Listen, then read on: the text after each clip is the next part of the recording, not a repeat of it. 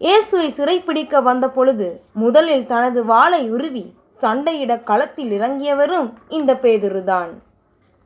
இயேசுவின் கடைசி ராப்போஜனத்தின் போது, உமக்காக என் உயிரையும் கொடுப்பேன், எப்பவுமே இடரலடைய மாட்டேன் என்று வீராப்பாக கூறியவரும் இவரே. கடைசியாக இயேசுவை யாருனே தெரியாதுப்பா அப்படின்னு சொல்லி 3 முறை மறுதளித்தவரும் இந்த பேதுருதான். தாம் இயேசுவை மறுதளித்திருந்தாலும் கூட மனம் கசந்து அழுது இயேசுவிடம் மன்னிப்பையும் பெற்றுக்கொண்டார்.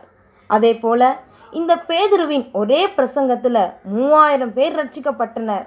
பேதுரு செய்த முதல் அற்புதம் என்னன்னா, பிறவிலிருந்தே சப்பானியா இருந்த ஒரு மனிதனை இயேசுவின் நாமத்தினால் எழுந்து நடக்க வைத்தான். கிபி 64ஆம் நூற்றாண்டில் நீரோ என்கிற மன்னன் ரோமாபுரியை ஆட்சி செய்து வந்த காலத்தில் பேதுருவை கைது செய்து ரோமாபுரிக்கு அழைத்து சென்றனர்.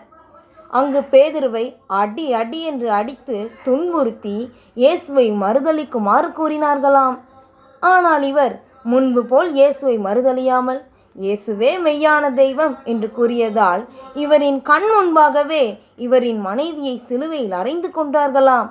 பின்பு இவரை சிலுவையில் அறையும் நேரமும் வந்தது. அப்பொழுது பேதுரு அவர்களை நோக்கி, நான் கிறிஸ்துவை போல் நேராக சிலுவையில் மரிக்க தகுதியற்றவன் என்று கூறி, என்னை தலைகீழாக சிலுவையில் அறைந்து கொள்ளுங்கள் என்று கூறினாராம். அதன்படி அவர்கள் பேதுருவை தலைகீழாக சிலுவையில் அறைந்து கொண்டனர். பேதுரு இயேசுவுக்காக இரத்த சாட்சியாக மரித்தார். இதுவே அப்போஸ்தலனாகிய சீமோன் பேதுருவின் வாழ்க்கை வரலாறு.